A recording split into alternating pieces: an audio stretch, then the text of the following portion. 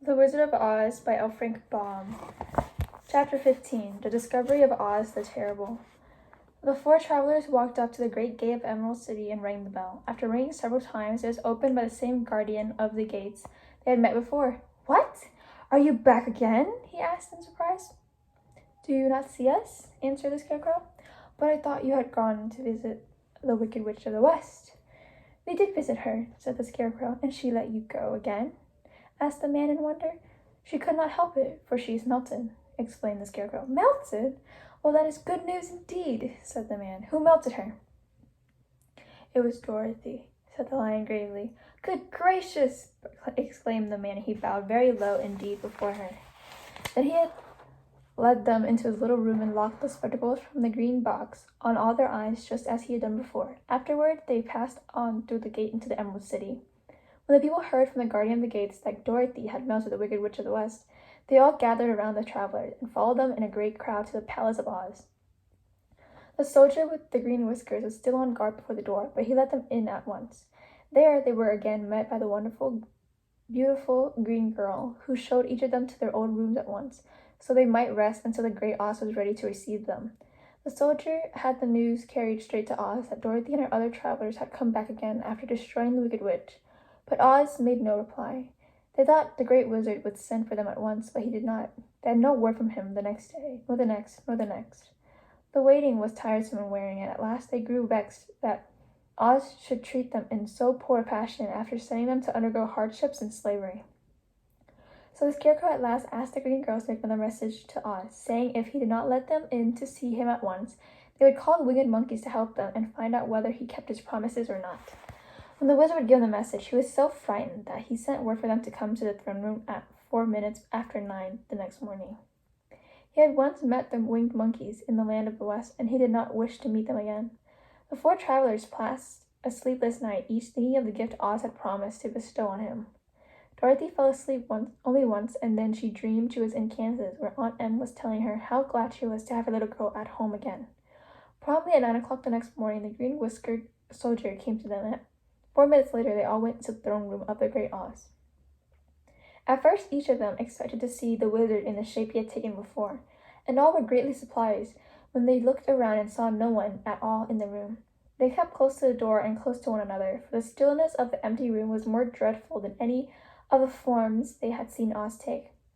Presently, they heard a solemn voice that seemed to come from somewhere near the top of the great dome. "I am Oz, the great and terrible. Why do you seek me?" They looked again in every part of the room, and then seeing no one, Dorothy asked, "Where are you?" "I am everywhere," answered the voice, "but to eyes the common mortals I am invisible. I will now seat myself upon my throne, that you may converse with me." Indeed, the voice seemed just then to come straight from the throne itself, so they walked toward it and stood in a row. "We have come to claim a promise, O Oz," Dorothy said. "What promise?" asked Oz. "You promised to send me back to Kansas when the Wicked Witch was destroyed," said the girl. "And you promised to give me brains," said the Scarecrow. "And you promised to give me a heart," said the Tin Woodman. "And you promised to give me courage," said the Cowardly Lion. "Is the Wicked Witch really destroyed?" asked the voice, and Dorothy thought it trembled a little. "Yes," she answered. "I melted her with a bucket of water." "Dear me," said the voice, "how sudden! Well, come to me tomorrow, for I must have time to think it over." "You've had plenty of time already," said the Tin Woodman angrily. "We shan't wait a day longer," said the Scarecrow. "You must keep your promises to us," exclaimed Dorothy.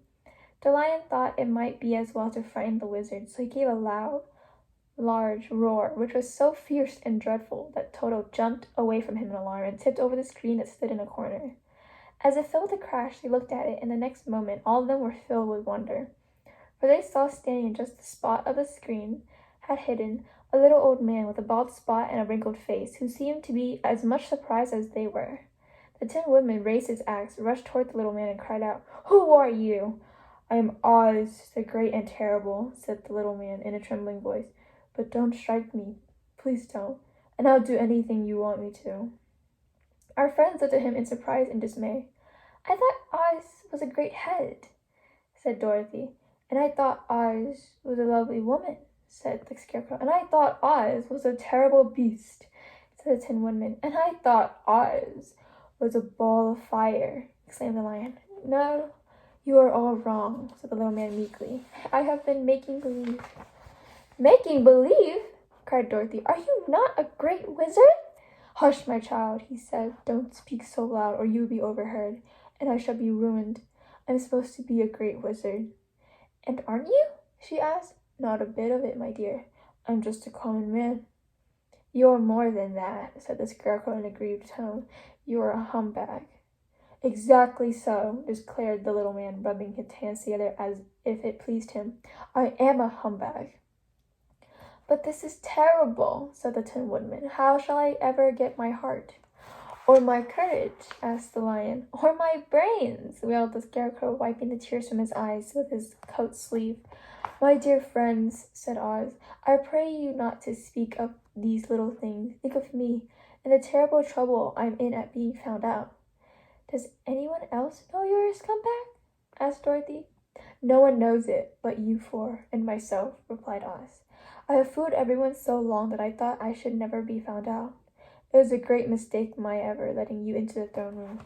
Usually, I will not even see my subjects, so they believe I am something terrible." "But I don't understand," said Dorothy in bewilderment. "How is it that you appeared to me as a great head?" "It was one of my tricks," answered Oz. "Step this way, please, and I will tell you all about it." He led the way to a small chamber in the rear of the throne room, and they all followed him. He pointed to the one corner in which lay the great head, made out of many thicknesses of paper, with a carefully painted face. Then I hung this from the ceiling by a wire," said Oz. "I stood behind the screen and pulled a thread to make the eyes move and mouth open." "But what about the voice?" she inquired. "Oh, I'm a ventriloquist," said the little man. "I can throw the sound of my voice wherever I wish, so that you thought it was coming out of the head. Here are the other things I used to deceive you." He showed the Scarecrow the dress and the mask he had worn when he seemed to be the lovely lady, and the Tin Woodman saw that his terrible beast was nothing but a lot of skins sewn together with slates to keep their sides out. As for the ball of fire, the false wizard had hung that also from the ceiling. It was really a ball of cotton, but when oil was poured upon it, the ball burned fiercely. "Really," said the Scarecrow, "you ought to be ashamed of yourself for being such a humbug." "I am.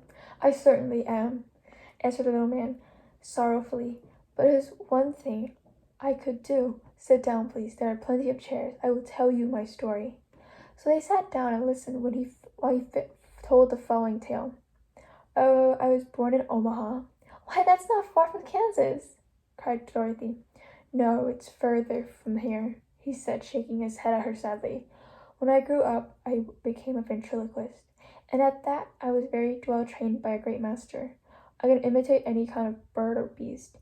Here he meowed so like a kitten that Toto pricked up his ears and looked everywhere to see where she was. "After a time," continued Oz, "I tried a bat and became a balloonist." "What is that?" asked Dorothy. "A man who goes up in a balloon on circus day, so as to draw a crowd of people together and get them to pay to see the circus," he explained. "Oh," she said, "I know." "Well, one day I went up in a balloon and the ropes got twisted so I couldn't come down again. It went way above the clouds, so far that a current of air struck it and carried it many, many miles away. For a day and a night I traveled through the air, and on the morning of the second day I woke and found the balloon floating over a strange, beautiful country. It came down gradually, and I was not hurt a bit, but I found myself in the midst of a strange people, who, seeing me from the clouds, thought I was a great wizard. Of course I let them think so, because they were afraid of me and promised to do anything I wished them to. Just to amuse myself and keep the good people busy, I ordered them to build this city and my palace, and they did it all willingly and well. Then I thought, as the country was so green and beautiful, I would call it the Emerald City, and to make the name fit better, I put green spectacles on all the people so that everything they saw was green." "But isn't everything here green?" asked Dorothy. "No more than in any other city," replied Oz. "But when you wear the green spectacles, why, of course, everything you see looks green to you.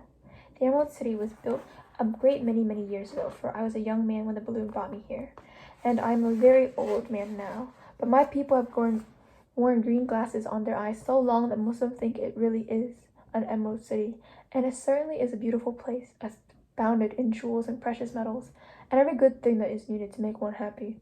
I have been good to the people and they like me, but ever since this palace was built, I have shut myself up and would not see any of them. One of my greatest fears were the witches, for while I had no magical powers at all, I soon found out that the witches were really able to do wonderful things. There are 4 of them in this country, and they ruled the people who live in the north, south, and east and west. Fortunately, the witches of the north and south were good, and I knew they would do me no harm.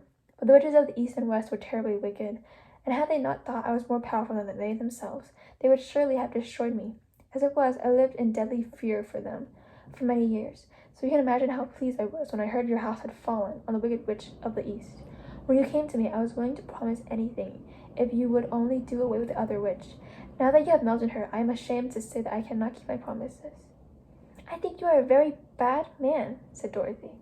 "Oh no, my dear, I'm a very good man, but I'm a very bad wizard, I must admit."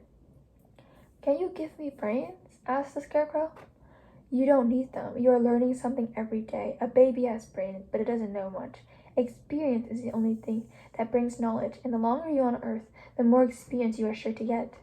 "That may be true," said the Scarecrow, "but I shall be very unhappy unless you give me brains."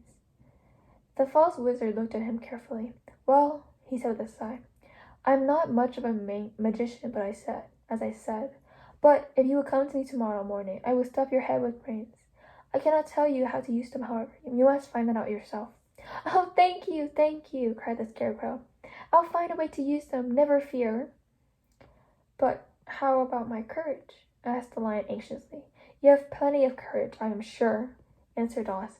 "All you need is confidence in yourself. There is no living thing that is not afraid when it faces danger. True courage is in facing danger when you are afraid, and that kind of courage you have plenty."